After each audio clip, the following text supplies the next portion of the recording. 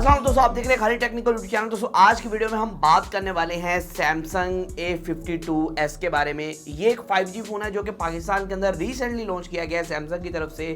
इसकी जो प्राइस है वो 81,000 मतलब कि 80,000 और 1,000 जिसे हम कहते हैं 81,000 वो पाकिस्तान के अंदर रखी गई है। और इसके अंदर कुछ मेन फीचर्स की अगर मैं बात करूं, इसके अंदर OIS देखने को मिलता है, IP67 का सर्टिफिकेट देखने को मिलता है। IP मतलब कि भाई वाटर और डस्ट रेजिस्टेंट होगा ये फ़ोन, और उसके साथ 120 हर्ट्ज का एक सुपर एमोलेड पैनल देखने को मिलता है। और भी काफ़ी खासियत है इसमें और कुछ ड्रॉबैक्स भी हैं, तो आज इसका रिव्यू करने वाले मैं आपको बताऊंगा क्या ये आपको 80,000 के अंदर या 81,000 के अंदर ये फोन परचेज करना चाहिए या नहीं। तो वीडियो को स्टार्ट करते हुए जान लेते हैं मुकम्मल डिटेल से। दोस्तों अगर हम डिज़ाइन की बात करें, डिज़ाइन के हवाले से फ़ोन बहुत ही ज़्यादा कमाल मुझे देखने को मिला। मैंने वाइट कलर के अंदर इसे परचेज़ किया है।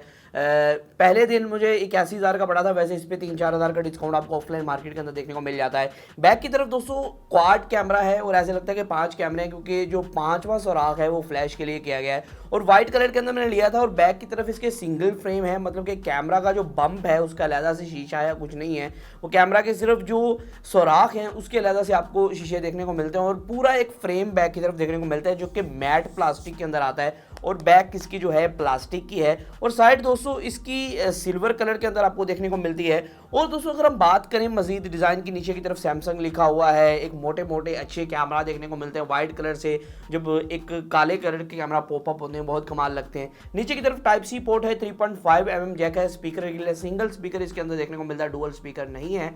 अगर फ्रंट की बात करें, एक सुपर एमोलेड स्क्रीन है और ये 120 हर्ट्ज का पैनल है और ये काफ़ी अच्छे तरीके से वर्क करता है। आप इसे 60p भी कर सकते हैं, 120 हर्ट्ज पे भी चल जाता है। और यहाँ दोस्तों मुझे ये स्मूथेस्ट एवर डिस्प्ले लगा कि किसी भी सैमसंग फ़ोन के अंदर जो कि एक मिड रेंजर है उसके अंदर या किसी भी एंड्रॉयड स्मार्टफोन के अंदर 120 हर्ट्ज ये स्मूथेस्ट डिस्प्ले मुझे लगा काफ़ी अच्छा परफॉर्म कर रहा था। और ये डिस्प्ले है, इसके कलर्स जो है काफ़ी ज़्यादा पंची देखने को मिल रहे थे। जो सैमसंग के डिस्प्ले हैं स्पेशली A सीरीज़ या S सीरीज़ के अंदर जो डिस्प्ले इस्तेमाल किए जाते हैं काफ़ी कमाल के होते हैं, तो इसी तरह की आपको परफॉर्मेंस देखने को मिल रही थी। सुपर एमोलेड डिस्प्ले था, काफ़ी कमाल था, कलर बहुत पंची निकल के आ रहे थे। और यहाँ दोस्तों फ्रंट की तरफ आपको एक मगोरी वाला डिस्प्ले, मतलब कि एक मत्थे के अंदर इसके मगोरी की गई है जिसे हम कहते हैं पंच होल डिस्प्ले दिया गया है। और दोस्तों फुल्ली बेजललेस फोन है, नीचे की तरफ हल्का सा बेजल है, बाकी फुल्ली बेजललेस फोन है। बहुत कमाल की आपको जो है परफॉर्मेंस प्रोवाइड करेगा, बहुत कमाल के विविंग एंगल्स आपको प्रोवाइड करेगा ये फोन। और इसके साथ साथ आपको अच्छी ब्राइटनेस भी देखने को मिलती है, 800 निट्स की आपको ब्राइटनेस देखने को मिलती है, मतलब कि आउटडोर के अंदर भी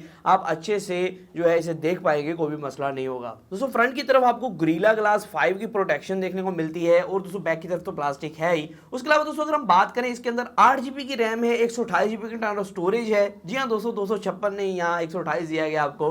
और यहाँ दोस्तों 778G का प्रोसेसर है जो कि एक 5G प्रोसेसर है स्नैपड्रैगन की तरफ से। और यहाँ इसके साथ आपको 442L का GPU देखने को मिलता है। और अगर हम इसकी PUBG परफॉर्मेंस या इस तरह की कुछ बात करें, इसके जो Antutu स्कोर थे वो दोस्तों 5 लाख के करीब मुझे देखने को मिल रहे थे, 4,98,000 इसके स्कोर देखने को मिल रहे थे, जो कि मैं समझता हूँ कि इस प्रोसेसर के लिए काफ़ी ज़्यादा इंप्रेसिव स्कोर्स हैं और ये काफ़ी ज़्यादा औसम निकल के आते हैं। और दोस्तों अगर PUBG की बात करें, PUBG इसके अंदर HDR हाई और एक्सट्रीम पे स्मूथ के साथ चल जाती है, तो आप कह सकते हैं गेमिंग एक्सपीरियंस भी आपका काफ़ी अच्छा रहने वाला है। 60 FPS पे आप गेमिंग कर पाएंगे। तो इस फोन के अंदर आपको NFC की सहूलत देखने को मिलती है और यहाँ IR ब्लास्टर आपको कहीं भी नहीं देखने को मिलता है, मतलब कि ओनली NFC यहाँ देखने को मिलता है। इसके अंदर जायरो भी अवेलेबल है और यहाँ 245 mAh की इसके अंदर बैटरी है जो कि 25 वाट की चार्जिंग को सपोर्ट करती है, 25 वाट पे चार्ज होती है। तो दोस्तों फास्ट चार्जिंग मुझे थोड़ी सी कम लगी कि आजकल जो है आपको 40,000 के फोन में भी 33 वाट देखने को मिल रहा है, लेकिन सैमसंग अपने जो है अपर मिड रेंजर में भी आपको जो है सिर्फ और सिर्फ 25 वाट यहाँ प्रोवाइड कर रहा है। दोस्तों अब बात आती है कैमरा की, क्योंकि इसके अंदर कैमरा भी बहुत अच्छे दिए गए। मैंने एक डेडिकेटेड कैमरा रिव्यू किया हुआ है, अगर आपने नहीं देखा तो मैं ऊपर लिंक दे दूंगा या आप चैनल पे जाके मेरी पिछली वीडियो की वो देख सकते हैं।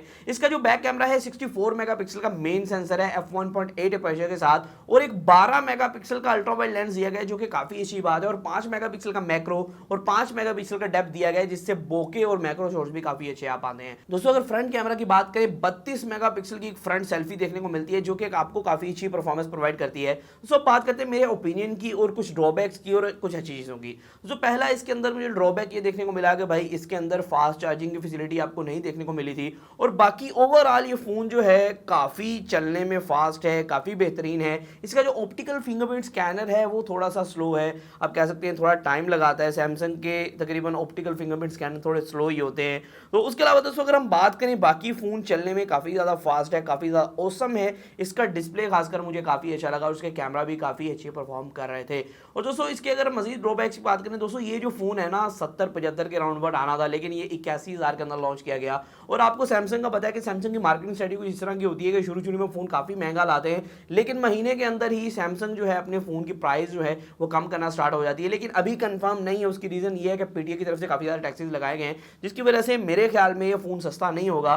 तो अगर ये 70 का लॉन्च होता या 75 का भी लॉन्च होता तो काफ़ी कमाल का हैंडसेट हो सकता था। लेकिन दोस्तों अभी भी ये काफ़ी ऑसम फीचर्स इस रेंज के अंदर प्रोवाइड कर रहा है। और स्पेशली सैमसंग में रहते हुए अगर आप A72 लेना चाह रहे थे तो भाई उसे सीधा स्किप करें, ये फ़ोन लें, आपको ज़्यादा अच्छी परफॉर्मेंस प्रोवाइड करेगा। और दोस्तों एक और बात मैं आपको बताता चलूँ, ये जो स्मार्टफोन है ना, इसे चलाने में आपको ऐसा लगता है कि आप A52 चला रहे हैं, लेकिन आपको फील जो है, परफॉर्मेंस जो है वो A72 से भी बेहतर देखने को मिलती है। दोस्तों अगर मेरी बात की जाए कि मैं आपको रेकमेंड करता हूँ या नहीं, दोस्तों अगर आपके पास एक्स्ट्रा मनी है, आप सैमसंग के अंदर ही रहते हुए फ़ोन लेना चाहते हैं, तो इस रेंज के अंदर इसके अलावा आपके पास ऑप्शन अवेलेबल नहीं है। A72 ले रहे थे ना, तो इसको ले लो, ज़्यादा बेहतर है।